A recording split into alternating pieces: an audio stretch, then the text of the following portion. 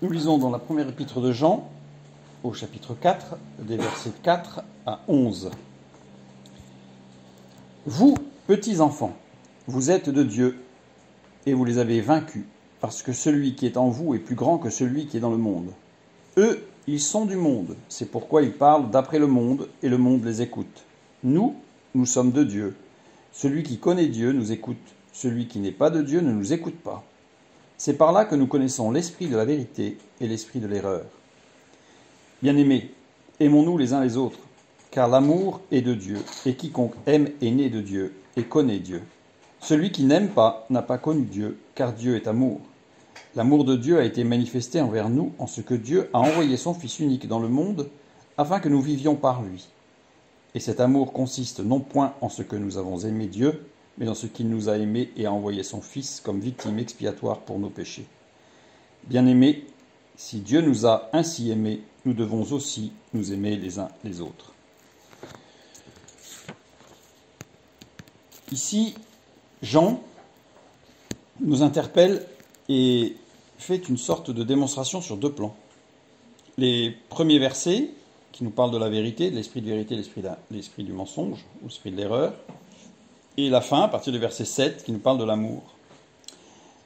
Je vais premièrement m'arrêter sur les deux définitions, la vérité et l'erreur, l'esprit de l'erreur, qui est écrit au verset 6. Vérité, c'est le terme aletheia, qui désigne ce qui est objectif, la réalité intangible, ce qui est vrai, quelle que soit la considération. C'est-à-dire que là, on n'est pas dans le subjectif, on est dans la vérité absolue.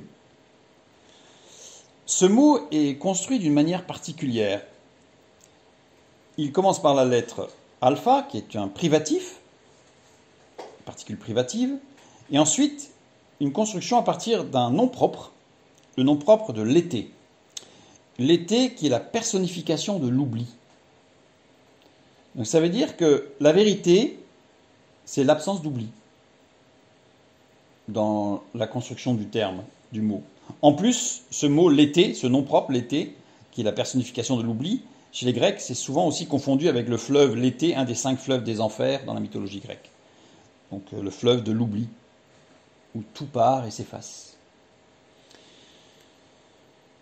Le mot erreur ici, l'esprit de l'erreur, c'est planer en grec, qui veut dire errement, course errante, digression, errement de l'esprit, illusion des sens.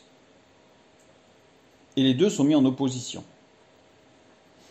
Les deux sont mis en opposition. L'expression « l'esprit de vérité » est utilisée dans la parole de Dieu 4 fois. Une fois ici, et 3 fois par Jean, dans l'évangile de Jean. Jean chapitre 14, verset 17. « L'esprit de vérité que le monde ne peut recevoir, parce qu'il ne le voit point et ne le connaît point. Mais vous, vous le connaissez, car il demeure avec vous et il sera en vous. » Au chapitre 15, verset 26. « Quand sera venu le consolateur, que je vous enverrai de la part du Père, l'esprit de vérité qui vient du Père, il rendra témoignage de moi. » Donc là, l'esprit de vérité, c'est le Saint-Esprit. C'est clair.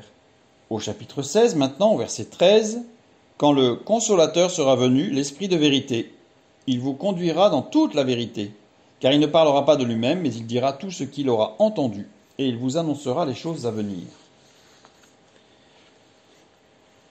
Jean utilise l'esprit de vérité dans notre épître et dans 3 chapitres, je dirais, clés, ils sont tous clés, mais 3 chapitres importants de son évangile. Chapitre 14, qui nous annonce la promesse de l'Esprit Saint et la préparation d'une place avec lui dans les cieux. Au chapitre 15, la parabole du cep et des sarments, où le chapitre 15 est centré sur l'image du cep qui est le Christ, qui est Jésus lui-même, qui nourrit. Et le chapitre 16, qui est la venue de l'Esprit et la victoire sur le monde. Donc toute une progression, en fait, qui nous amène sur l'esprit de vérité, cet esprit qui nous donne la victoire, parce que c'est ce que nous dit au verset 4, « Vous les avez vaincus ». Je vais y revenir après. Je vais revenir maintenant sur l'esprit de l'erreur. L'esprit de l'erreur, c'est une expression qui n'est employée alors que 5 fois dans la parole, mais en réalité que dans cet épître, et dans un passage de l'Ancien Testament, dans le premier livre des Rois, chapitre 22, les versets 22 et 23, et aussi dans 2 Chroniques 18, 21 et 22, puisque c'est la reprise exacte. C'est pour ça que ça fait 5. Sinon, ça ferait 3. L'Éternel lui dit, « Comment ? Je sortirai, répondit-il, et je serai un esprit de mensonge dans la bouche de tous ces prophètes. » L'Éternel dit, « Tu le séduiras, et tu en viendras à bout. Sors et fais ainsi. Et maintenant voici, l'Éternel a mis un esprit de mensonge dans la bouche de tous les prophètes qui sont là, et l'Éternel a prononcé du mal contre toi. » Alors ça, c'est un texte qu'on ne lit pas facilement, parce que se dit, comment c'est possible que Dieu prononce du mal? Ça, on peut encore l'entendre. Mais surtout, envoie un esprit de mensonge. Bon, sans rentrer dans toute la lecture profonde du texte, ce que l'on peut voir et ce que l'on peut affirmer, c'est qu'il s'agit en réalité d'un esprit de mensonge qui émane d'une puissance démoniaque et que Dieu envoie. C'est-à-dire qu'il souligne sa totale autorité, Dieu. En fait, même les esprits de mensonge, même le mensonge dans le monde, c'est Dieu qui gère. C'est surprenant, n'est-ce pas? On a souvent tendance à entendre l'inverse en disant il faut lutter parce que c'est... Voilà. Et puis heureusement d'ailleurs, quand on écoute toutes ces théories, que les chrétiens sont là pour lutter parce que Dieu s'en sortirait pas. Mais non. Dieu souligne ici que c'est lui, et on le voit dans Job, dans le livre de Job, rapidement, quand on lit le texte, on a l'impression que Satan arrive avec les anges devant Dieu. On l'imagine presque avec des bretelles et à tirer les bretelles tellement il est fier. Et il arrive devant Dieu et dit, bah écoute, t'as vu ton serviteur là, je vais aller le gratter parce que tu vas voir, il va te renier. C'est ce qu'on lit en fait. Mais dans le texte en hébreu, c'est pas du tout ça. Dans le texte en hébreu, il y a des verbes au passif, c'est-à-dire que quand il vient parce que Dieu lui a dit, viens voir ici. Déjà, c'est différent. C'est Dieu qui dit, viens voir ici. Et après, c'est Dieu qui lui dit, tu vois mon serviteur Job, eh ben tu vas aller le gratter, tu vas faire ça, ça, ça et ça. Et après, dans le texte en français, on voit que Satan sort de la présence de Dieu. Et dans le texte, on a l'impression qu'il sort fier, parce qu'il a réussi à obtenir ce qu'il voulait. En fait, le terme qui est utilisé en hébreu pour dire comment il sort de la présence de Dieu, c'est un terme que même certains rabbins vont ne pas lire. Parce que c'est un terme technique qui est utilisé pour décrire la sortie des matières fécales. Donc Satan, c'est dans cet état-là qu'il sort. C'est-à-dire tout l'inverse de la fierté. C'est le plus bas possible. Parce que justement, tout le livre de Job nous montre que Satan est quelque part le serviteur de Dieu pour les basses besognes, qui servent le plan de Dieu. Et c'est ça. C'est qu'en réalité, tout sert le plan de Dieu. Même le mensonge. Même le mensonge qui se trouve dans le monde. Alors pour nous, c'est extrêmement rassurant. Puisqu'on sait que tout ce qui se passe, même le mensonge, sert au plan de Dieu pour faire éclater la vérité. C'est l'arroseur arrosé, comme on dit. C'est le menteur qui se retrouve face à la vérité. Et son mensonge éclate encore plus. Je reviens sur le début du texte. Vous êtes de Dieu, le verset 4, et vous les avez vaincus. Vaincu qui? Donc c'est les versets précédents, les versets 2 et 3. Reconnaissez à ceci l'Esprit de Dieu. Tout esprit qui confesse Jésus-Christ venu en chair est de Dieu. Et tout esprit qui ne confesse pas Jésus n'est pas de Dieu. Remarquez la subtilité. Vous avez des gens qui peuvent affirmer que Jésus est venu. Pas de problème. Mais là, c'est tout esprit qui confesse que Jésus-Christ est venu en chair. Donc c'est vraiment le Fils de Dieu, Dieu lui-même, qui s'est incarné. Et dans l'autre, c'est « Et tout esprit qui ne confesse pas Jésus n'est pas de Dieu ». Il n'y a plus le Christ est venu en chair. Il y a un décalage. Parce que c'est celui de l'Antichrist dont vous avez appris la venue et qui maintenant est déjà dans le monde. Certaines traductions n'ont pas Antichrist, mais Antéchrist, c'est le même mot en fait en grec. L'Antéchrist et l'Antichrist, c'est la même chose. En fait, toute personne qui n'affirme pas que Jésus-Christ est venu en chair est l'Antichrist. Donc souvent, certaines théologies de la fin des temps, on attend le antichrist. Mais en fait, la parole de Dieu nous dit qu'il y en a eu tout le temps. Il y en aura tout le temps. Puis il y en a un qui sortira un peu plus du lot que les autres, parce que tous les petits antichrists vont le reconnaître comme étant leur chef. C'est un peu ça, en fait, l'idée. Donc, c'est ceux-là que nous avons vaincus. Et je remonte encore un peu avant, au tout début du verset 4. Vous, petits enfants. Le terme grec pour petits enfants, c'est technion. Alors, les Grecs ont plein de mots pour décrire les enfants, en fonction de leur âge ou de leur maturité. On a brephos pour le nourrisson, on a népios pour l'enfant immature, naïf, en général jusqu'à 2 ans. Mais voilà, il n'y a pas de date limite, puisque ça dépend de sa maturité. Et il y a technion. Technion, c'est le jeune enfant qui a perdu sa naïveté, qui commence à découvrir qu'il y a mensonge et vérité, qu'il y a du vrai et du pas vrai, du vrai et du faux. Au départ, l'enfant croit tout. Il absorbe tout. Tout est vérité pour lui. Et là, technion, c'est quand justement l'enfant a perdu cette naïveté un petit peu. Et c'est là, et c'est à ces gens-là, à ceux qui ont perdu leur naïveté, ceux qui, j'aime pas l'expression perdu sa naïveté, parce qu'on a l'impression que c'est négatif, alors que c'est positif, donc qui ont gagné plutôt en maturité, et qui sont capables de voir qu'il y a du vrai et du faux. C'est à ceux-là que Jean s'adresse. Et ceux-là, vous êtes de Dieu, parce que justement, vous voyez la différence. Vous voyez la différence. Vous les avez vaincus, tous ces antichrists, tous ces porteurs de mensonges, tous ces porteurs de fausseté. Incroyable. Jean oppose vérité, aletheia, l'absence de l'oubli, et l'erreur, l'illusion des sens. Aletheia désigne, pour lui donner une définition précise, outre le fait de l'absence de l'oubli, désigne ce qui serait ou ce qui aurait un esprit qui n'aurait pas oublié la vraie essence de chaque chose, l'essence qui sont plus réelles que le monde sensible. Or aujourd'hui, tout est l'inverse. On nous dit que la réalité c'est le monde sensible et le reste c'est vaporeux. Ce n'est pas vrai.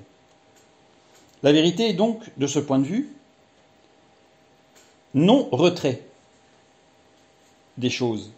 Et elle s'oppose au mensonge, au secret et au non-dit.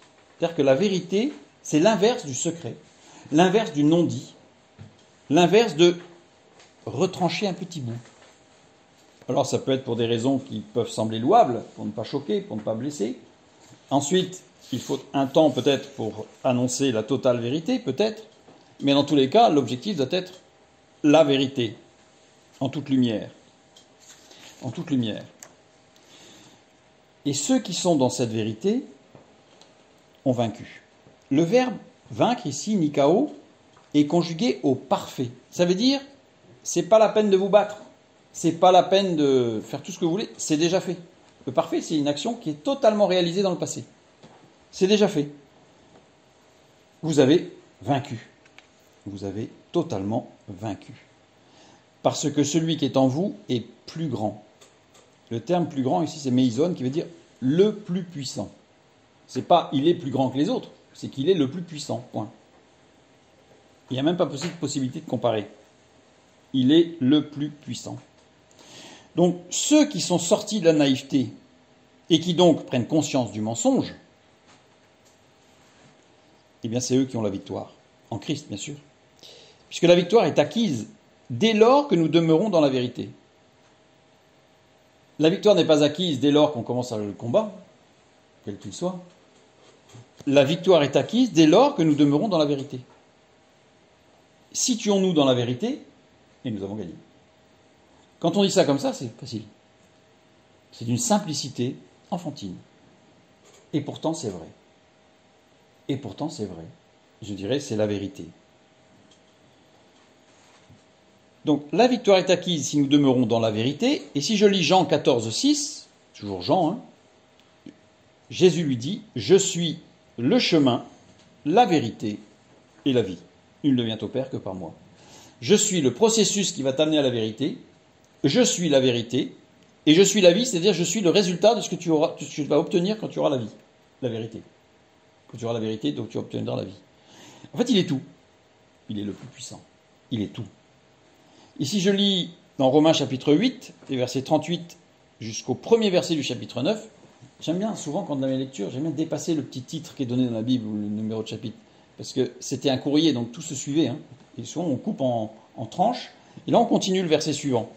Car j'ai l'assurance que ni la mort, ni la vie, ni les anges, ni les dominations, ni les choses présentes, ni les choses à venir, ni les puissances, ni la hauteur, ni la profondeur, ni aucune autre créature ne pourra nous séparer de l'amour de Dieu manifesté en Jésus-Christ notre Seigneur.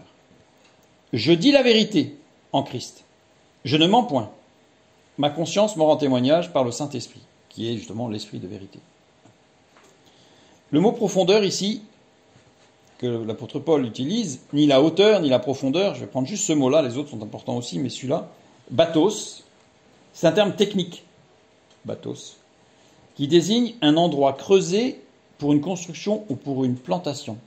C'est-à-dire que même ce qui a été creusé en profondeur, et qui se voit peut-être pas, et qui a été là pour prévoir des choses qui sont terribles et qui sont destructrices, je n'ai pas de souci. Je n'ai pas de souci. Si je suis dans la vérité, il est le plus puissant, et je suis dans la lumière et dans la vie. Et ensuite, Jean continue avec les versets 7 à 11. « Bien-aimés, aimons-nous les uns les autres, car l'amour est de Dieu, et quiconque est né de Dieu et connaît Dieu. » Et ensuite, il décrit tout l'amour, tout ce qui est amour. Il oppose, en fait, il met l'amour comme étant la preuve de la vérité. Aimer est aimer agapao, c'est-à-dire l'aimer de l'amour de Dieu, cet amour qui ne vise que le bien spirituel de l'autre, et non pas forcément le bien matériel, ça c'est après. Après avoir établi la différence entre les deux esprits, vérité et mensonge, Jean passe à l'amour de Dieu comme preuve de la véritable relation avec lui. Il insiste sur le fait que l'amour vient de Dieu. Et ceux qui aiment montrent qu'ils sont nés de Dieu et qu'ils le connaissent. Ainsi, l'amour est non seulement un commandement, mais aussi une preuve tangible de la présence de l'Esprit de vérité.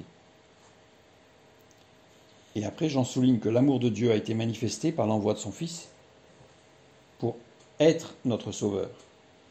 Il conclut donc que si Dieu nous a tant aimés, nous devons aussi nous aimer les uns les autres. Cet amour mutuel est donc la démonstration visible de l'Esprit de vérité en action. En action. C'est dynamique. L'amour, c'est pas passif. L'amour, c'est dynamique. Et donc tout ce passage est un élément extraordinaire de motivation pour ceux qui marchent avec Dieu, parce que nous sommes conscients qu'il y a des mensonges. Je dirais presque, peut-être qu'il y en a même de plus en plus dans notre monde. Presque tout ne devient que de mensonges, ou de vérités partielles, tronquées, déformées, bizarres même des fois. Mais nous, si nous sommes dans la vérité, nous avons vaincu. Heureux sommes-nous dans la marche avec Dieu, si nous marchons dans la vérité.